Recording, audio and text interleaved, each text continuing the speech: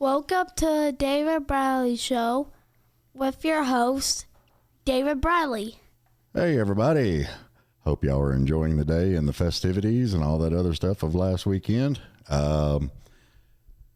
are going to sit here and we're going to have a little conversation with a gentleman that, believe it or not, is really a cornerstone to a lot of drumming out there.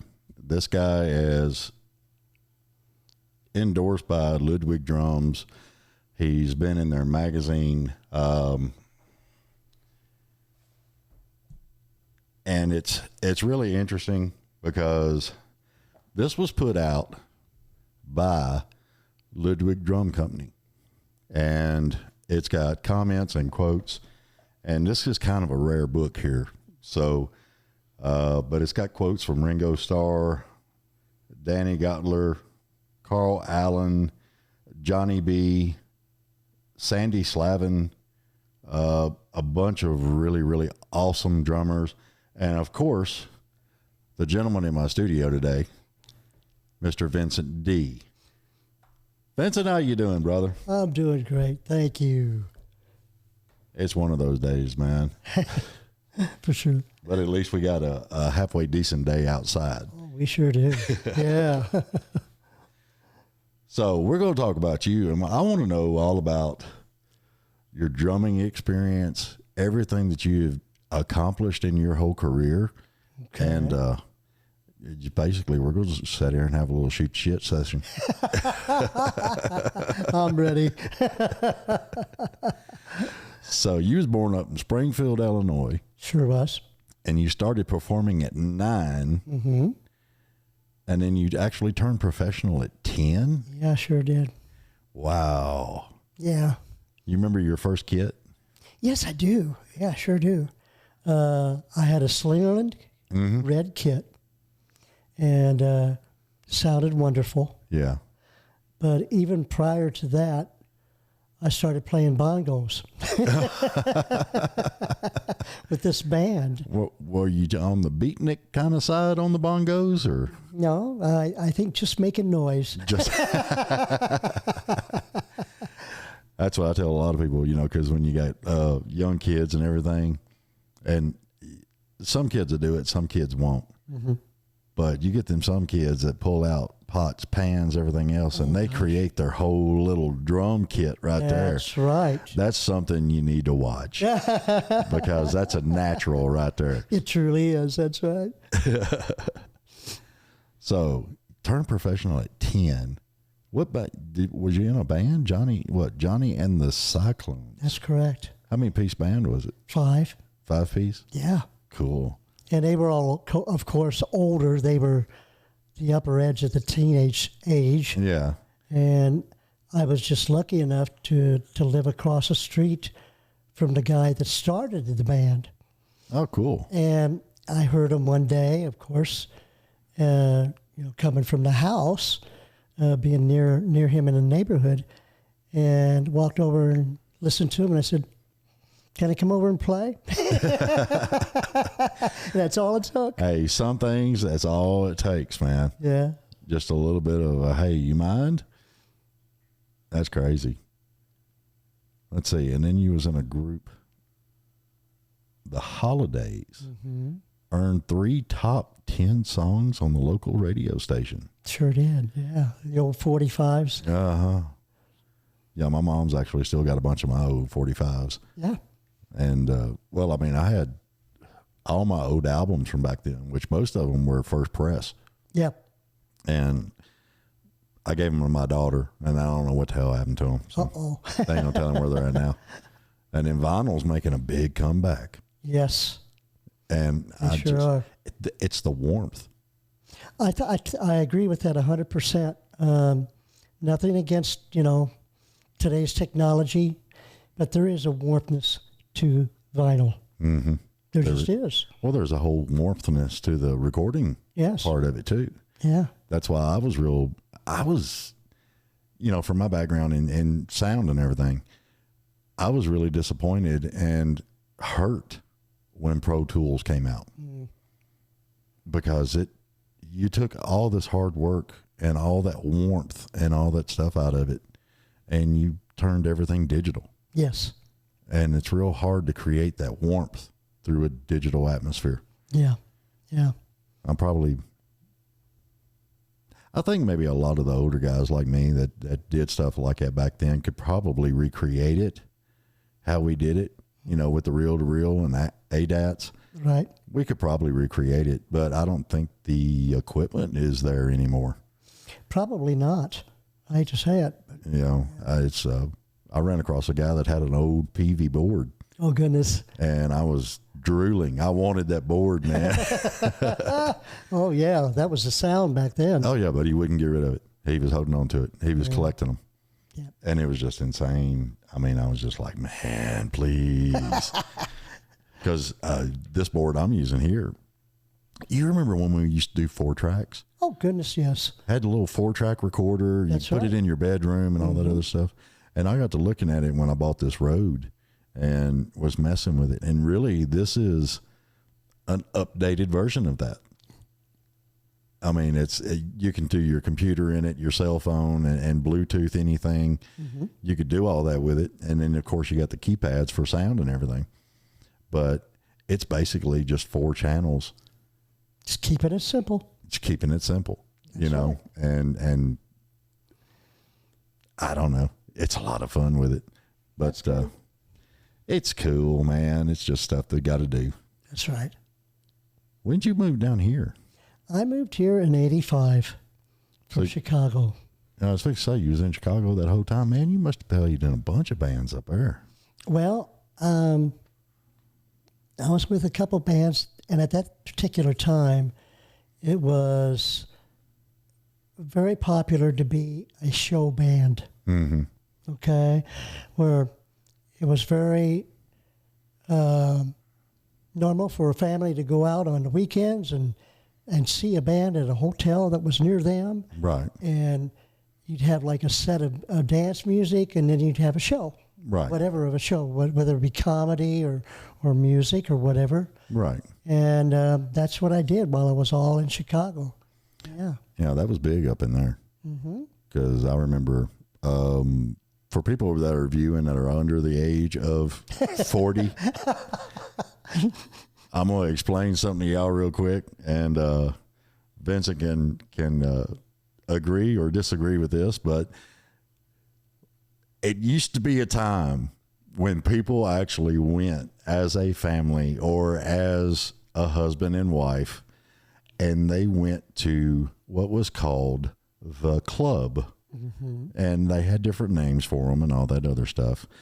But when you went in, you had a table, you sat down, and you seen a show. That's right. And you had, and a lot of them were, some of them were like big band, and some of them were smaller bands, but it was basically, you had dinner there, you had your drinks, and of course back then you could smoke in the clubs and stuff, but I don't think none of these kids nowadays know nothing about a smoke-filled room. Well, what's sad about it, and what was good about that particular era, was that it was a one-on-one entertainment. Yeah. And we have kind of lost that a little bit. Oh, yeah. Yeah, and that's, well, I mean, me and Taylor and Hannah was talking about this the other day when they were on here. And before COVID, I had made the comment that I feel like entertainers forgot who their fans were. It's very possible. They were not connecting with their fans like they should. Right. Well, after COVID, after everybody was locked down, nobody could see nobody, I think a lot of these people figured out, oh, crap. That's what happened? Yeah. And now more and more entertainers are doing VIP packages. They're actually doing meet and greets. And they're actually, if you see them while they're playing their shows and stuff, they're actually interacting more with the crowd yes, than they used to. Very much so. you know, and that's what I loved about the old dinner clubs and stuff. They would get up and dance while the band played. They were right there in front of the band. Absolutely. You know, and they, like I said, you went out and you had a good time. Mm-hmm. You know, if you had any special requests, the band 9 times out of 10 will play them for you. Absolutely. You know? Absolutely. And there was a lot of interaction. There was a lot of people in the audience were made to feel part of the show. Mm-hmm. Very well put. Yes. That's the only way I could summarize it. You know, it's just that stuff that happened back then. And that's what I loved about it. I wished a lot of that would come back, and it might. I'm hoping it does. I mean, I think the entertainers that we have now are starting to realize that, and perhaps, knock on wood, will bring that back into the industry. Yeah. As an acceptance, you know, it just kind of depends on, of course, the record industry, everything else that's involved. Oh yeah. You know, whether they'll let them do that. Yeah. So that's the key right there. Yeah. If people will be let to do that. Yeah. Man. So what band was you with when you moved to Nashville? Did you have to struggle to find a place, or? No, I was very, very lucky. Prior to this, I was working with a band called Jump in a Saddle, that luckily had a little fame with a song called The Curly Shuffle. Oh, yeah. And we were on Atlantic. I remember that song, by the way. It was a lot of fun, you know, very tempo song.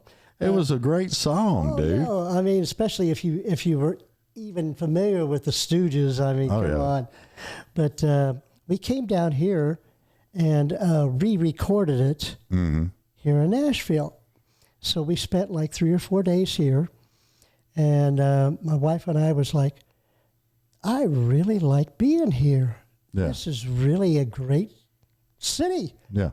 The 3 or 4 days that I was here, I met more people in that 4 days than I had met Mike in years in Chicago. Oh yeah. And nothing against Chicago. It was just the friendliness and the openness of Nashville. Yeah. And about 6 months later, we were able to make the choice to come down and moved here. And just absolutely very glad that I did. Yeah. You know, but got to know Nashville very, very quickly. Oh, yeah. Yeah. Well, back then, it wasn't really that big. I mean, it wasn't. You could get around real quick downtown. That's right. I used to love, of course, when I was younger, you know, you had the Roy Acuff Theater, you had all kinds of stuff. That's right. Charlie Daniels and all that, you know. Yeah. And a friend of mine was working with Steve Warner at the time, and he's the one that invited us to come down and stay with him. Oh, to cool. see the city and all of that, you know. Get a feel for it. And so we did, and it lucked out. Oh, yeah. So then you hooked up with a band? I hooked up 3 months later with Brenda Lee. Miss Brenda Lee. Yeah. Man, she was a hoot. She was and is still fantastic. Yeah. My mom went to school with her. Did you really? Yeah. I'll tell you what, I've worked with probably, and this is not on a bragging station, I've worked with probably about 30 different artists in my life. She's number one to me. Awesome. Yeah. Well, I mean, everybody's got that one person that you can just connect with, you know, a little bit more than others. Yeah. You know, because I got a lot of friends that play in bands or play for artists. Sure. You know, and they might not hardly talk to a couple of artists if they go out on tour. That's right. And, you know, like sound check and, you know, practice, stuff like that. And that's about it. Yeah. You know, and then I've got, you know, other friends that have played with other artists, and they're just like a family, hanging out, cooking out on the weekends, and you know, all kinds of stuff, you know. Yeah. So, I mean, it's just, I think it's got a lot to do with the connection part. You know, you got to be able to connect and some people are just butt heads anyway. We'll let that go. Yeah, we're going to let that go. I have to be careful because I don't edit a whole lot. I used to have a little sign up there that said, watch your vocabulary. Oh, yeah. And then it just kind of morphed over into stop cussing. Oh, yeah. All kinds of crap, man. So what kid have you stuck with the most?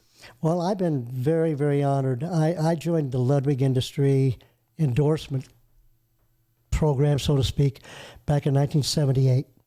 And I've been with them ever since. See, those are my favorite drums, Ludwig and Pearl. I've always loved those two. And it's a weird reason why I like Pearl. Peter Criss. Sure. The first band I ever was like head on with, Kiss. You know? Absolutely. And Absolutely. he played a Pearl kid. That's right. You Sure know? did. And I loved it. Silver sparkly, I remember. Oh, my gosh, yes. Yeah. And I just can't get over some of the things that they're able to do now with these drum kits and the colors and the designs. Oh, yeah. Everything goes in its pattern, if there is a pattern. But that's one of them untold patterns. yeah, it really is. It really is. I mean, I've been kind of like the sparkle guy, if I can kind of put it that way. I have too. It's just something about the way the lights reflect off the kits.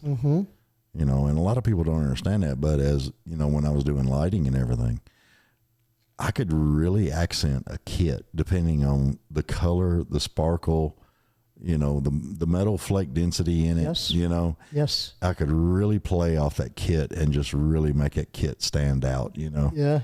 And of course, I was an old school light guy, so I followed the drummer. Yeah. What I did. Sure. Well, I mean, they were our icons at the time. Yeah. You know, and what's funny about this relationship that we're talking about is that, as far as like equipment, has a lot to do with like what kind of car color do you use that represents you. Yeah. You yeah. know. Yeah. It's a personality type of thing. Oh yeah. And so There's some weird personalities out there. I don't know if I'll go that direction.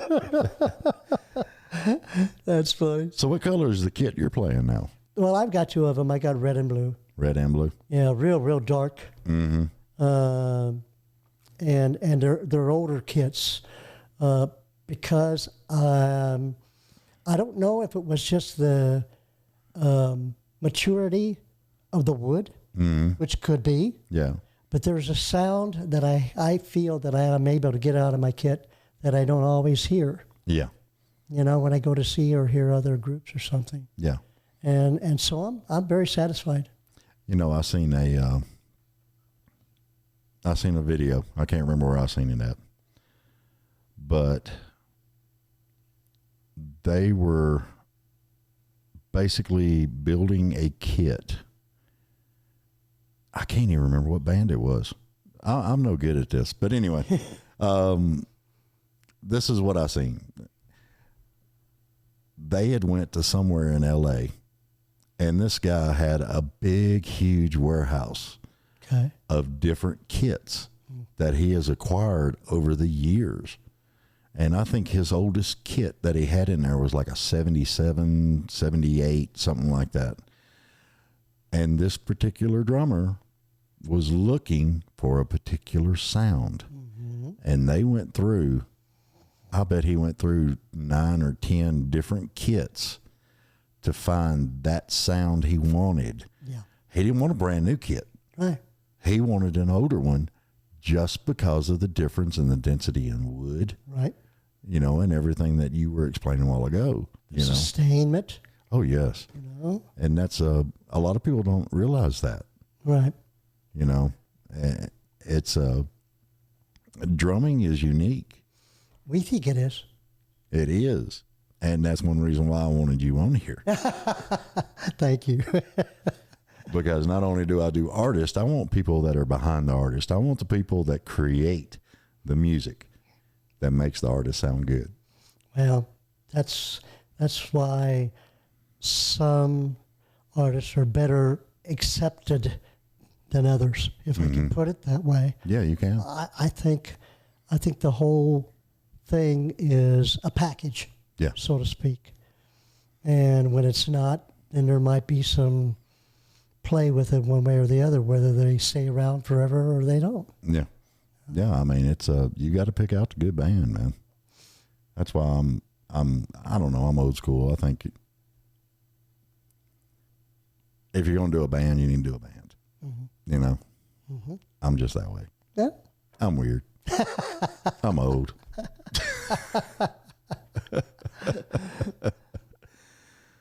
Oh, Lord. So how did you get in this History of Ludwig book? Was that through the endorsement deal, or? Yeah. It was really amazing. I was still playing Slingerland. And I was with a group called Day Major and the Miners that was real popular in the Chicago area at the time. And we were playing a club and being a show band. Okay? Well, that night, we did our show, and surprisingly, there was a big table in front of us of about 15 people. Right. Well, when I got off stage, I was lucky enough to where part of the show I was being featured. So after the show, they said, hello to me, and it's Mr. and Mrs. Ludwig. Awesome. And their entire upper management. Man, that was cool. And they, I was like, wow, but I wasn't really in the market for looking for a different kit. Yeah, but that's still a jaw drop moment. Oh my that gosh, they came it was out. Unbelievable. I'm glad I didn't know it until after the show. But who was that again? oh my gosh. So they invited me to come and see their new gear. So I thought, oh heck yeah, that'd be fun. So I drove to the company downtown, and they introduced me into this big, huge room that had this one kit, and it was the power toms when they brought up the super power toms. Nobody had that before. Yeah. And it was huge. I mean, it was still a single bass drum kit, but it was like 8 toms, unbelievable, and single ply. And he said, sit down, have some fun. So I did. I just kind of tinkered around. And Mr. Ludwig walks in, and I draw, mouth draw. I'm like, oh my gosh, the Mr. Ludwig is here. Yeah. And he says, play for me, son. And I'm going, what would you like to hear, sir? And so I did a little play, and he says, we'll be right back. About 10 minutes later, they walk in with Max Roach. Holy crap. And I just about fainted. And Mr. Ludwig says, play some more. I said, no. I said, Mr. Roach, will you please do us the honor? Oh, yeah. And he did. Cool. And from then on, with that establishment of that day and signing a contract literally that day, Mr. Ludwig said, I want you to take this kit, this powered kit, out on the road, since you guys do a lot of road work. Yeah. And try it out for 3 months, and I want you to come back, and I want you to have literally a day-by-day how they hold up, what they sound like, blah, blah, blah. Kind of like a little report on them. Right. Okay. And I did. And when I returned with the 3-month thing, we signed a contract, been with them ever since. Oh, man, that is awesome. I love that just because you got to meet them, Yeah. Yeah. I mean, that is... I mean, it was Mr. Ludwig, his son Bill, and of course Al Lamert, who was the head of the whole A&R department with them. Right. I mean, it was just amazing how it happened. Oh, yeah. That's definitely a feather in the cap right Definitely. there. Man, I would love to meet them. That would have been awesome. I can't believe that. So how did the kit do? Wonderful. absolutely wonderful. What was the only thing that was unusual about it was, of course, it had the sound projectors underneath. Yeah. And with it being a single ply, you didn't have a lot of resonance, so to speak, like you would in a double ply drum, or a double headed drum. Right. So you had to learn how to mic that to make it sound the best that it could be. Yeah. And even though it was not difficult to do, it was just a challenge to learn. Yeah, you just had to figure it out. Yeah. Because, traditionally we mic drums from the very top. Yep. And if I remember correctly, I've never done it, but if I remember correctly, somebody told me with the projection type drums, you had to mic them underneath. Yes. To get the best sound out of them. Yes. And with these projectors that they had, if you were like maybe 2% past dead center, it was really full. It was really a great sound. Man, I'd love to have heard them back in the day. Yeah. With the big band and everything behind it. Oh, man. It was incredible. I can imagine. Yeah. And what was so neat about it is that because they were projectors, the sound went much faster or much farther from the stage. You know? So if you were in a so-called rock and roll band, yeah, you really filled the room with your sound. Yeah. As a drummer, so to speak. Well, that makes it hard for a sound guy. Yeah. Definitely so. Well, when you're doing sound and stuff for like live shows and everything, the more that projects off that stage, the harder it is for you to dial in sometimes. Yes, it can be. It becomes a little bit, especially if it's a small club. Yes. Yeah. But again, sitting behind the kit, if you sat there for 10 minutes, you could tell the resemblance of what's going out there and what you're hearing. Yeah. So it wasn't difficult. Yeah. It was just a different way and a different approach to doing all of that. Yeah. You know? That's why we were so creative. And a lot of people don't understand that too. Everything, if you go back to the start of your career, y'all were like the forefathers to a lot of the sound, the techniques. Oh, yeah. Style, really. Well, back then you're talking 60s. Yeah. So, that was early rock and roll-ish, if I can put it that way. Yeah. And that was the beginning of all of that, next to the 50s. Yeah. Of all of that, where you had more ballads and stuff like that. But, not taking credit for being one of those people in that particular time to spread the word. Yeah. It was true. Yeah. We were lucky enough to be all a part of that. I know. And that's where I get in all, because you don't really get to, a lot of people don't really think about it, but all of the modern sound that you have now all came from back then. Yeah. Everything was brung in, people mimic certain people. They study certain different styles, even, Neil Peart. Oh, gosh, yes.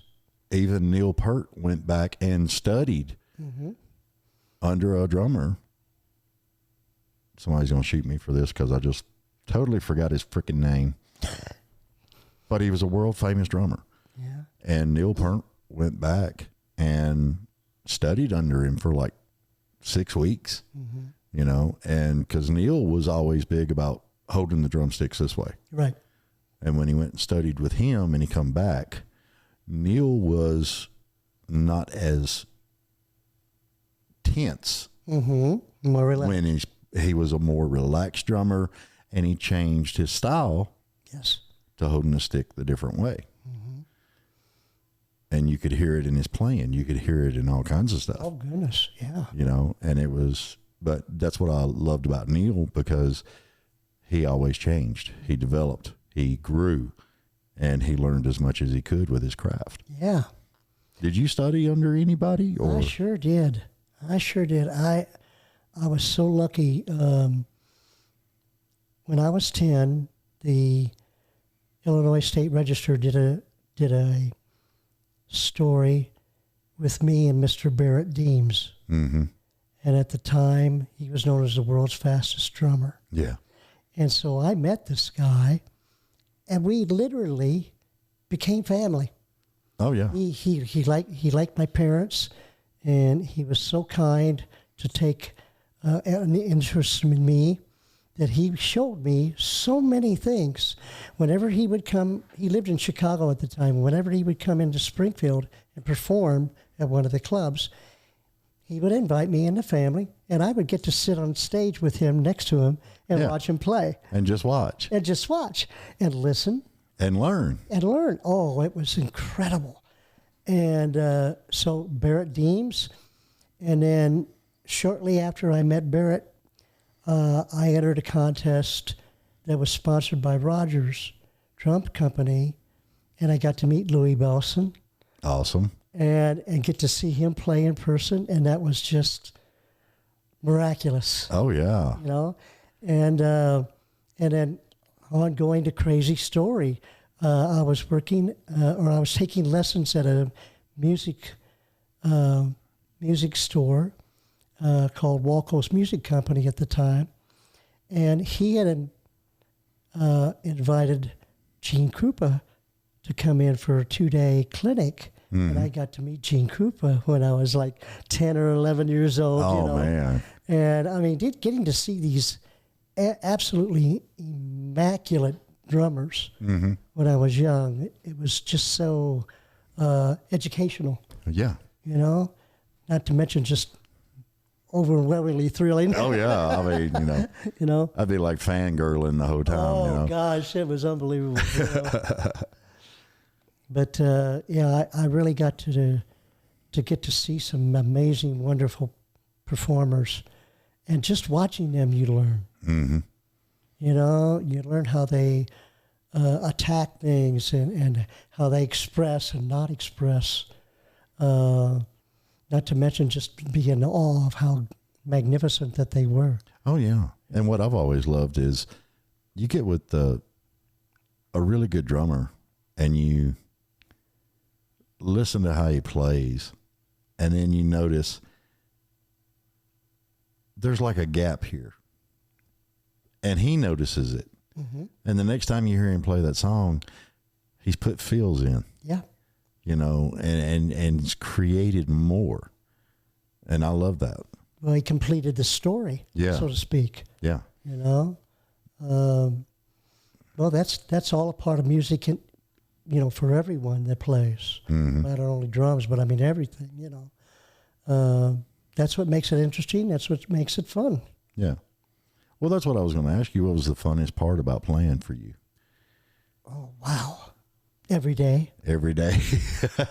Do you play every day? You just get in there? Absolutely. Whether it's 30 minutes or 45 minutes or whatever. And that isn't really just to keep the hands up, if I can put it that way. But I mean, I enjoy it. That's been a big part of my life. Yeah. It's a part of my soul. Yeah, I think I refer to that as keeping the juices flowing. That's right. That's exactly right. And I mean, I think that's the same thing for singers and guitar players and whatever. But for me, it's just I enjoy going downstairs. I have my own little studio, and I just crank whatever I want to crank up and play. Right. Or work on things that I want to work on. I teach privately here in Nashville, and so the students that I have are always a challenge for me, to keep them motivated in the respect of making their career go a particular direction. Right. I got one little guy that is amazing. I mean, he's only 13, and I look back at what we started at and what we are now. And man, he has really done it. I'm so proud of him. Yeah, that is awesome. And that's a thrill too, being able to pass that on. Yeah. Yeah. I've always, everything I've done in my life, I've always wanted to be able to, basically some kind of lineage, some kind of, okay, I made my mark, Right. and I want to be able to hand that down, and whether my kids pick it up or grandkids or whatever, Mm-hmm. But, it's just something I've always wanted to do. And I'm pretty sure a lot of drummers that teach and everything else, it's got to bring a lot of joy just knowing that, something that you have worked with and you have created all your life, and being able to pass that style and that whole technical part of the drums on to the next. Absolutely. I mean, it's not all of your students will be able to accept what you're showing them as easily as maybe one or two might. Right. And take it more of a serious situation like you had when you were younger, And so you really appreciate finding those students that are special, so to speak. Oh yeah. But I look back at a gentleman that taught me that I think that's exactly what he was trying to do with me. Yeah. And without even knowing that he was doing it. You know what I mean? But drumming is definitely not an easy thing to do, coordination-wise, stamina-wise. Well, that's, like me and you was talking before the show. I got a kit when I was 13, 14 years old, and I tried to learn probably a hard song that I shouldn't have even been trying to learn on. 38 Special, Chain Lightning. Oh, yeah.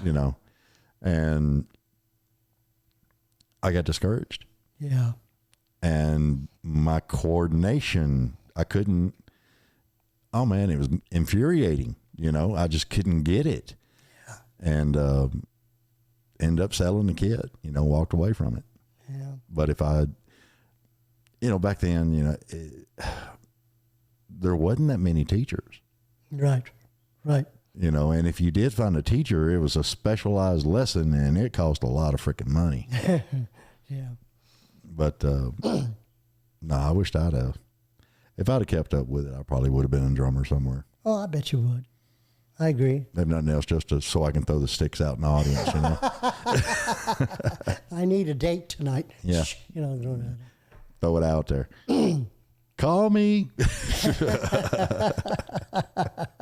That's crazy, man.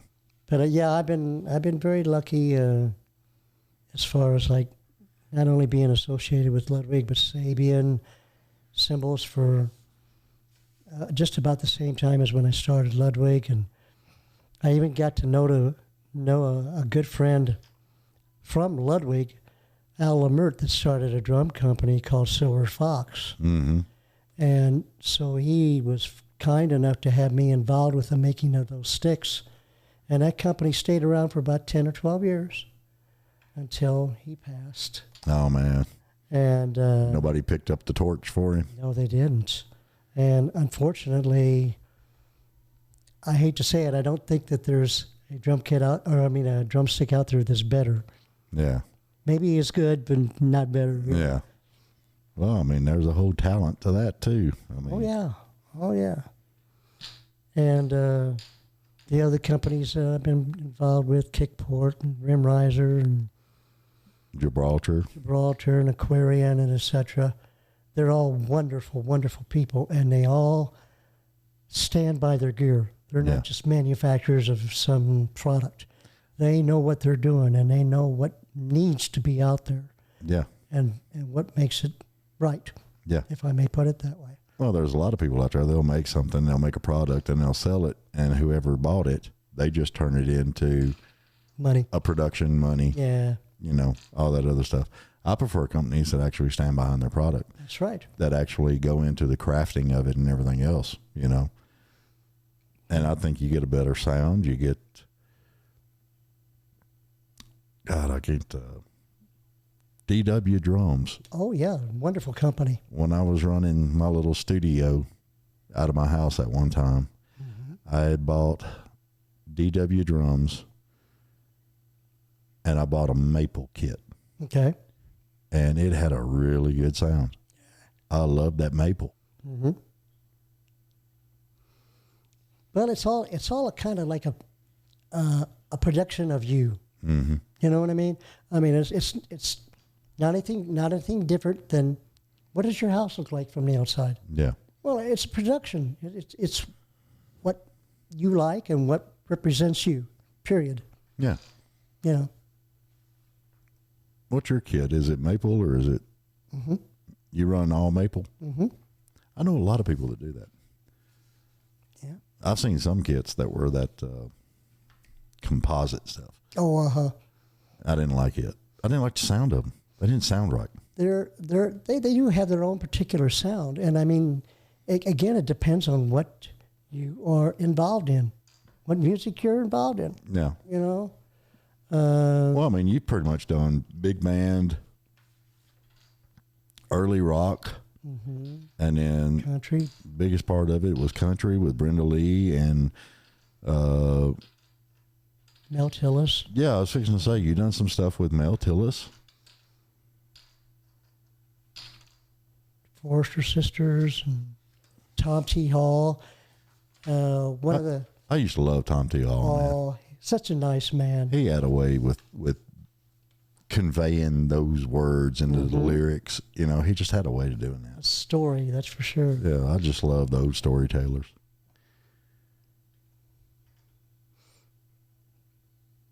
I was sitting there reading all the stuff that you got on your kit. Yeah. The Pentec pads, the V drum module. Yeah. You done put electronics on that daggone thing. Yep. Shame on you.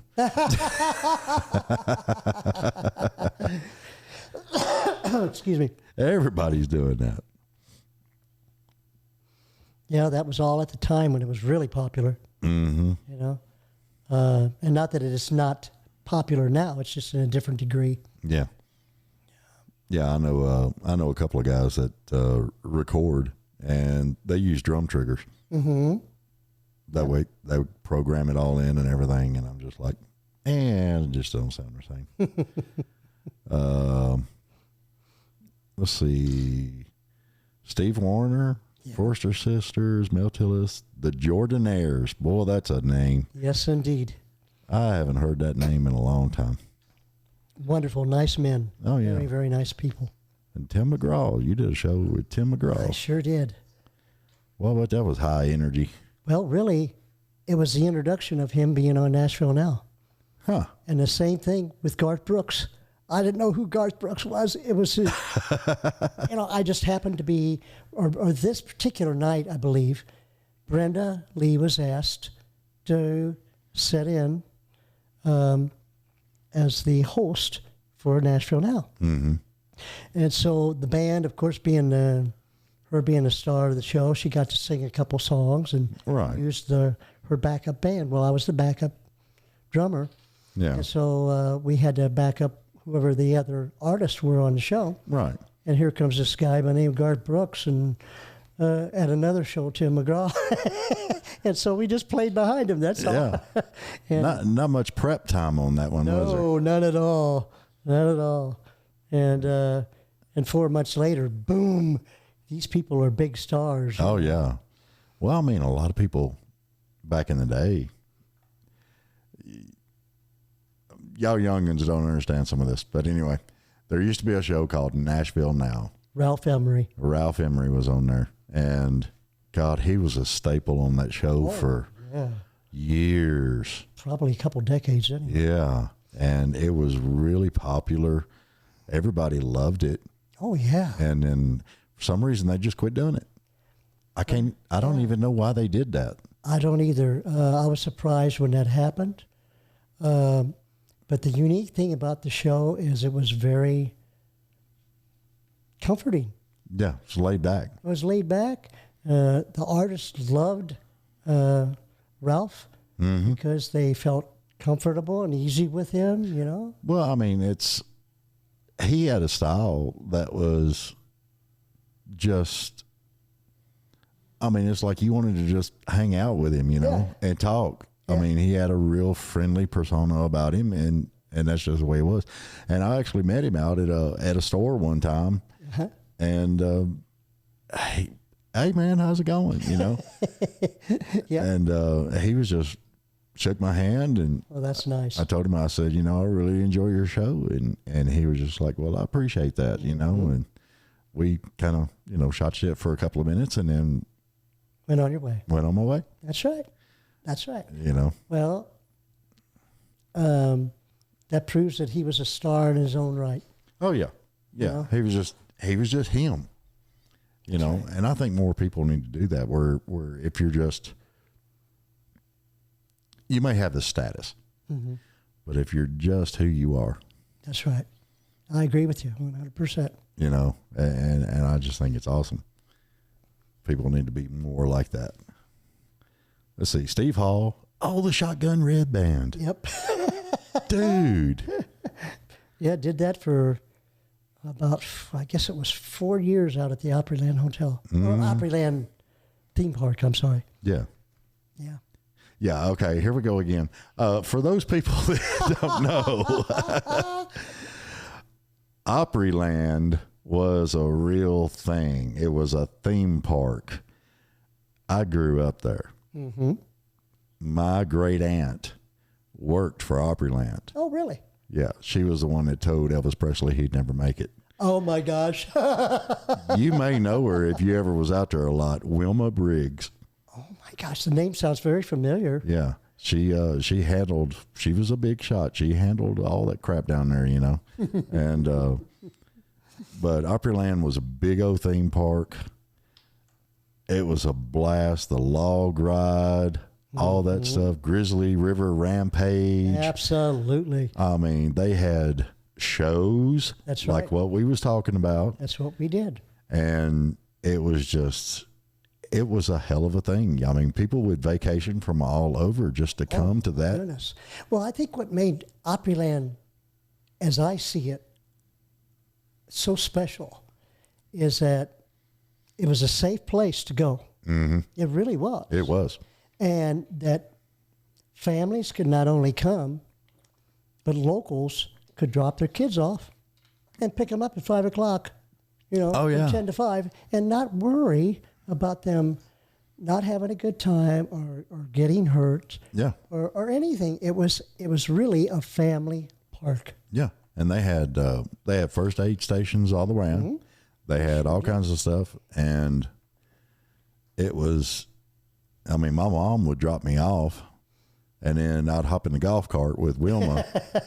Yeah. Wilma would take me up to the front gate and show her ID and say, let him in, you know, and they put the band on me and all that stuff, and I'd go in and I'd spend the whole freaking day, man. Oh, man, it was a blast. I loved it. I had, you know, of course, Mom and Dad gave me some money for food and everything else, and that's right. I'd go in and hang out. And it wasn't terribly expensive. Back then, no. Back then it wasn't expensive at all. I mean, you go in and get a, you know, hamburger, fries, and a Coke for like $4 or $5. Right. You know, and buy a bottle of water or a soda in a can for like 50 cents. Right. God, we're telling our age now.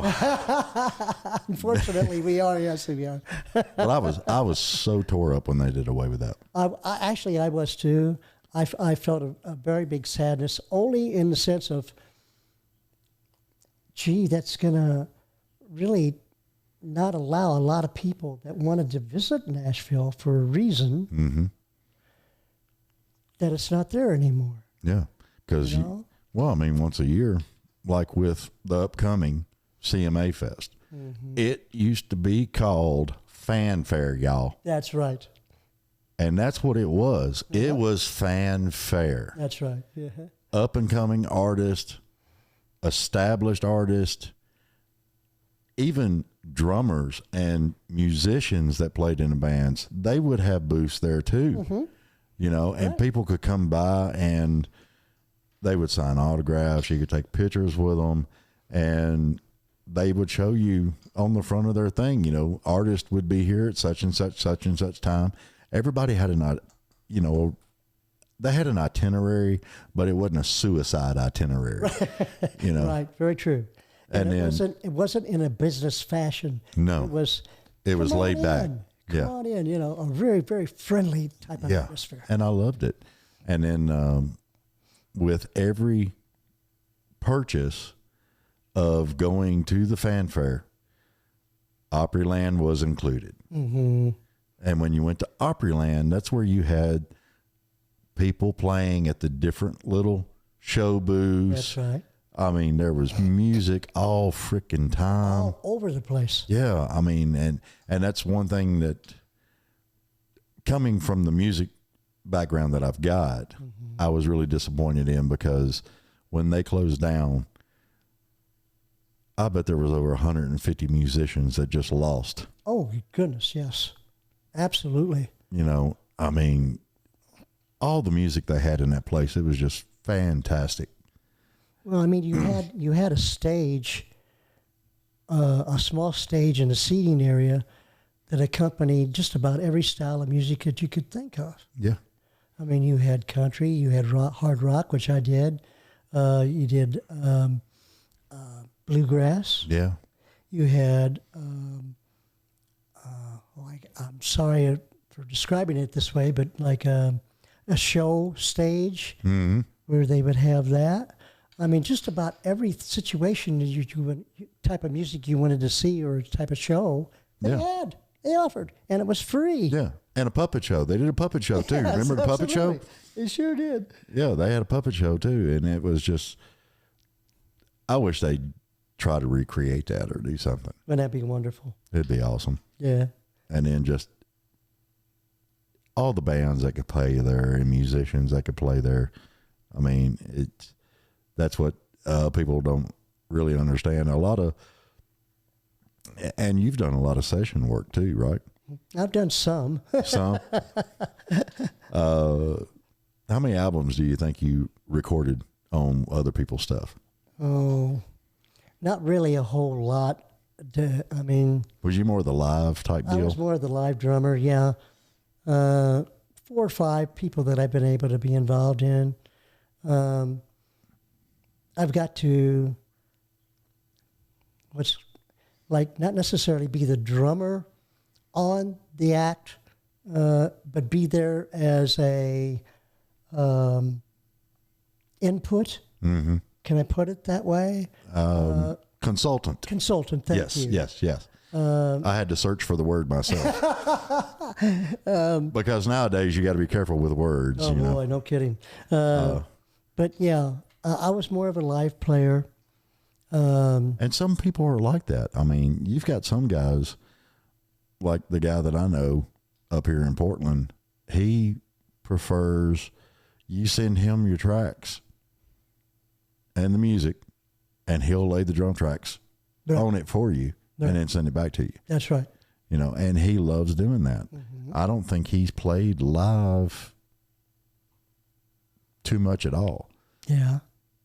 Well, I mean, it's all a different aspect of what you can do and what you feel is you. Yeah. You know. Some people love the limelight. Some people don't. That's right. That's right. And there's no right or wrong to that at all. And there's some people that you wouldn't know that they played an instrument. Yes, that's true. Till you go to their house and then you see a room. There's a music room with 15 guitars. Yeah, you know. My buddy Coley, he plays guitar. Great freaking guitar player, man. I mean, he is awesome, and he writes songs. There you go. He doesn't play live that much. Yeah, but he's got 85, 95 songs. Isn't that wonderful? And every daggone one of them are good songs. Mm-hmm. But he doesn't put them out there. I think you can find some of them online. Yeah, something. And I don't know. He's just one of them guys, man. I mean, he's cool as hell. He's helped me with the show. That's wonderful. You know, because when you go onto my website and stuff, I'm not a wordsmith, you know, and he eloquently can put stuff on there and everything else. And I'm just like, dude, I'm going to have to buy him a steak dinner or something one day. I don't know. Sure. I hear you. But that's just the way it is. I mean, and Lord, if I was you, I'd have gotten tired of carrying all that gear everywhere. Oh, I won't say I had my good or bad days. Yeah.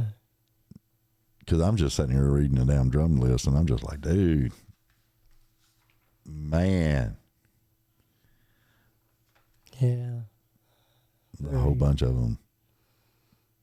Brenda, I mean, just with Ludwig alone, I mean, I got to be involved with 4 of their major advertisements back in the 80s. yeah.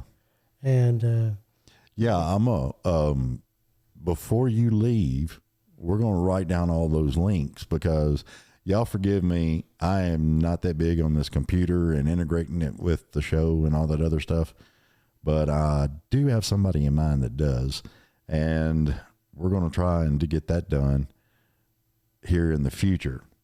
But I'm going to get the links from you, and I'm going to put them on the site, the YouTube site, and I'm going to put some of them on Facebook and all that other stuff. okay. And I want everybody to go check out, because you've got a lot of videos of you playing, and we want to get that out there. Because Terrific. Thank you. I mean, to me, you're one hell of a damn drummer, dude. Oh, checks in the mail. Yeah, I appreciate that.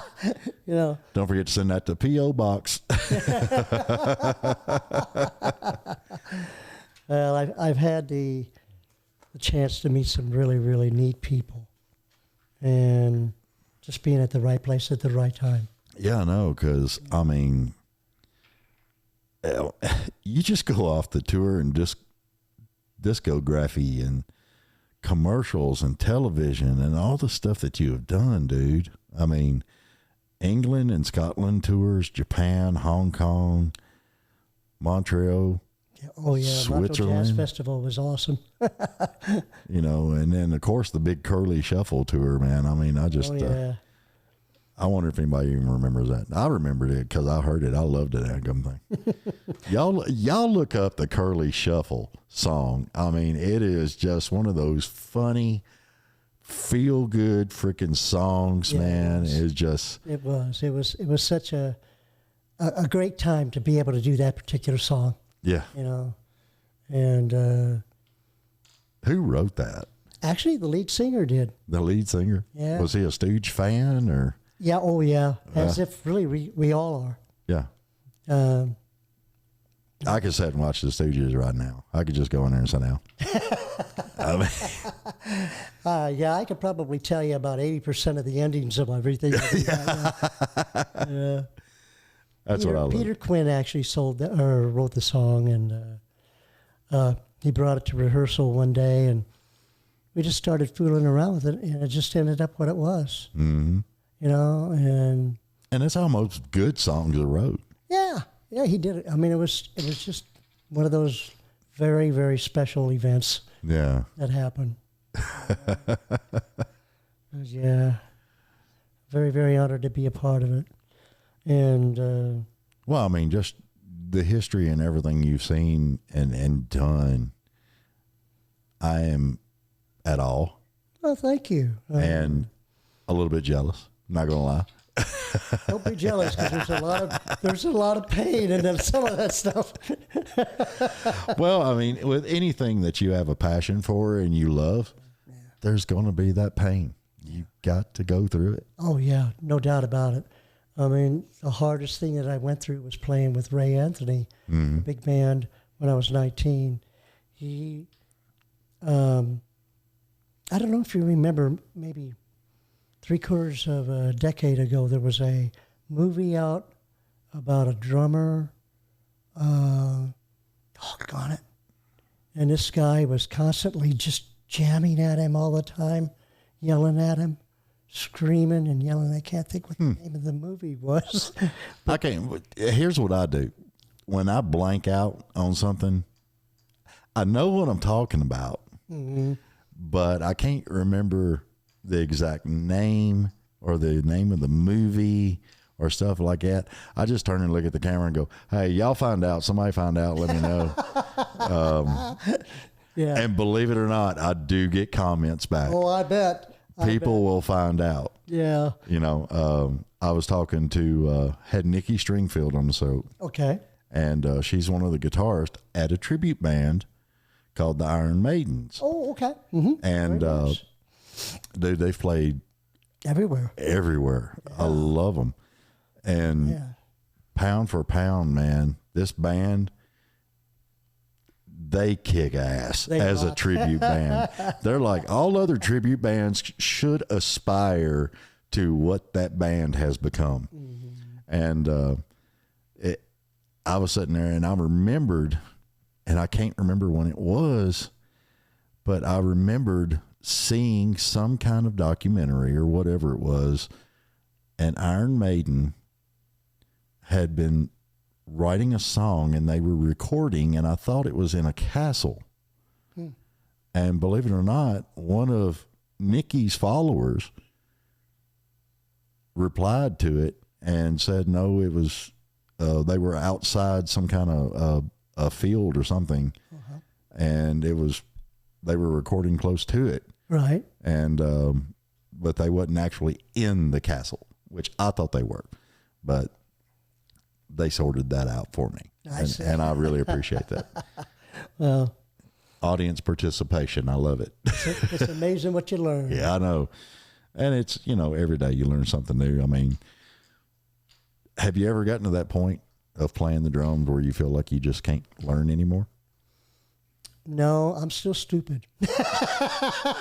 And see, that's what makes you great. I'm very hungry for listening and watching. Yeah. Other players, because they're just, it's just a different industry. Yeah. It really is. It really is.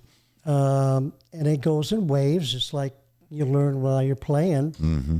You know, now it seems like more than ever, as that the speed is very important to everybody. On certain songs. Well, yeah, but I mean, just being able to play very, very, very, very, very fast in a show-off situation, if I can put it that way. Yeah.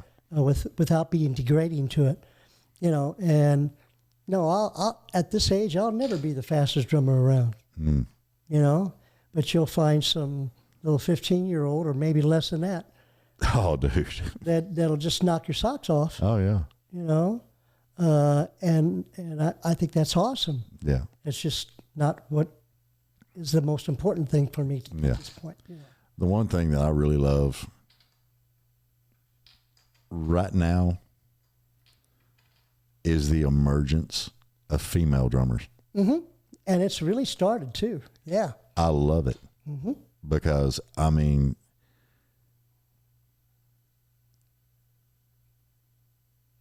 the only reference I really got back, and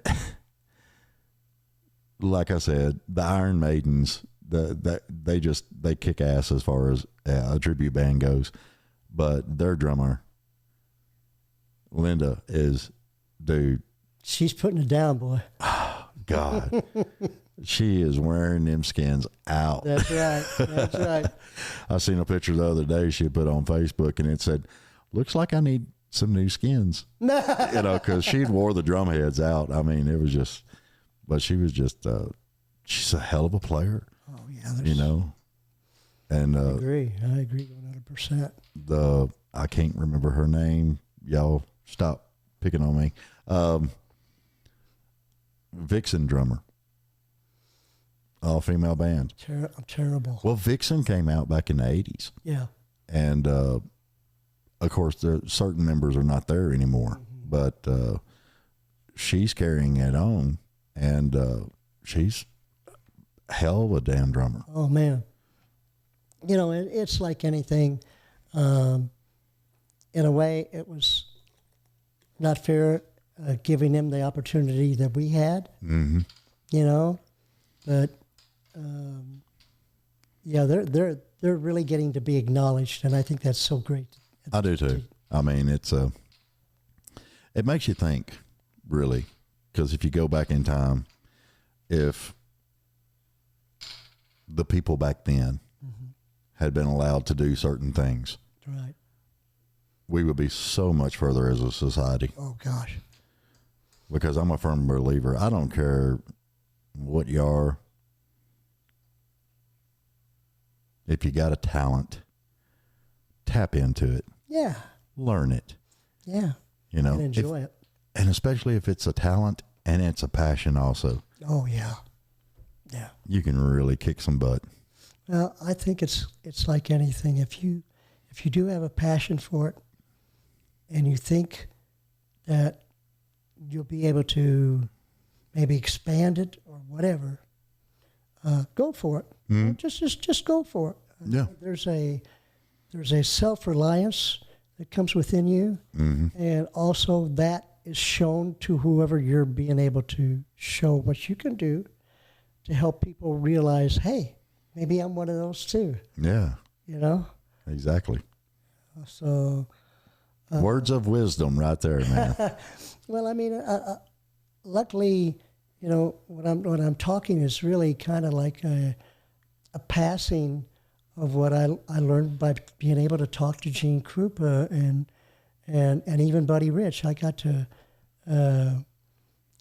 get to know Buddy a little bit and his daughter Kathy. Mm-hmm. You know. Does Kathy play? No. No. Isn't that weird though? How sometimes the kids will be right there and pick up on it and carry the torch, and sometimes they just have no interest. Well, I don't know if I can't say that she did not have any interest, but I mean, I was working at playing with the Ink Spots again, and another group in St. Louis, and we were up in the club, which was upstairs, and of course the ballroom was downstairs, and the owner of the hotel came up and said, "We need for you to move downstairs." We're looking at him like, why should we have to do that? Yeah, really. And he says, you're going to be playing some music before the big show. And I said, well, who's the big show? And he says, Buddy Rich. And I about had a heart attack. Oh, I can imagine. And so we got to play 2 nights prior to the Buddy Rich show and got to meet Buddy. And yeah, because Buddy he was such a phenomenal drummer that he had his own show, man. Oh, yeah, just unbelievable. And speed. He had speed back then. Oh, my goodness. But more than anything, he had the musicality that really, really made him what he was. And he had a persona.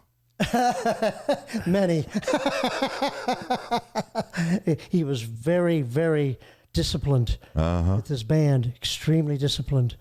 So how did the show go? I mean, it was magnificent, just magnificent. And I'm very honored to say this. The second night, this was during the time when they had the show or the album. Oh, doggone it. I'm sorry, I'll remember in a second. But it was a melody of songs. Yeah. And so you had some up-tempo songs, and then somewhere there's time for us. Mm-hmm. Somewhere time for us. And so they're playing this ballad. Right.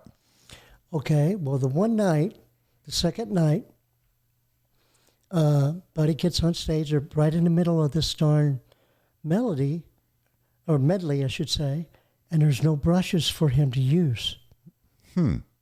And so I got off my kit, crawled behind the drum kit and the stage that he was on, and held up my brushes. I said, Buddy!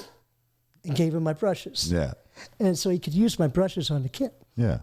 And so that's how I got to meet him, was from that craziness.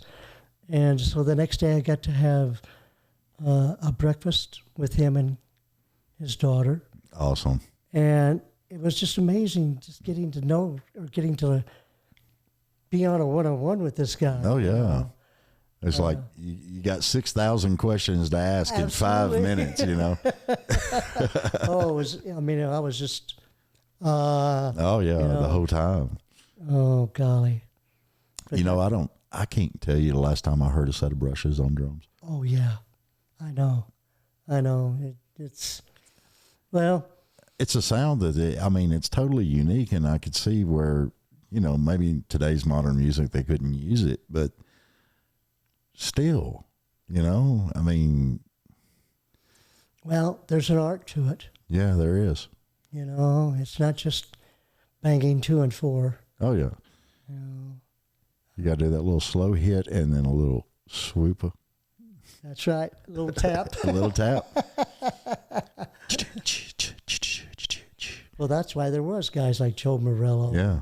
etc. So many wonderful players that played jazz. Oh yeah. And percussion in itself is just, it's an art form, and it's not just limited to beating the skins. Yeah. There's all kinds of different percussions you can do. That's right. That's right. And again, that's the fun of being in a music industry. Oh yeah. Your expression of what might hit you at the time. Yeah. Creativity. Very much so. Yep. I love it. Well, brother man, I appreciate you being here. Well, thank you for the offer to be able to come in and just have a sit down and enjoyment. Oh yeah. Well, there's going to be a lot of stuff I'm going to do in the after show, so I can get into editing and everything, and I'm going to add all this stuff in, and definitely we're going to get some of those pictures. I want to get them up on the site too, and I just I'm privileged for you being here. Thank you very, very, very much. Remember, the number to call is Yes, 853. You got it. All right, y'all. I appreciate it. Vincent Dee, we appreciate you. Everybody, y'all stay tuned. It's going to be on my links, everything else. And we're going to have I'm going to put a bunch of pictures up there. Vincent's actually got a bunch of pictures that he had from over his career. I'm going to try and include all that stuff in there. And, of course, show pics and stuff. I'll probably put them on there. And some links. He actually has some videos up, and I'm going to put those links on here so y'all can check this man out in action. And it's been an honor, and I really appreciate it. Thank you. Thank you so much. My pleasure. All right. We'll see y'all later. And remember, please, everybody, for these musicians and me, myself, I'm kind of like, yeah, okay. Hit like, share, subscribe.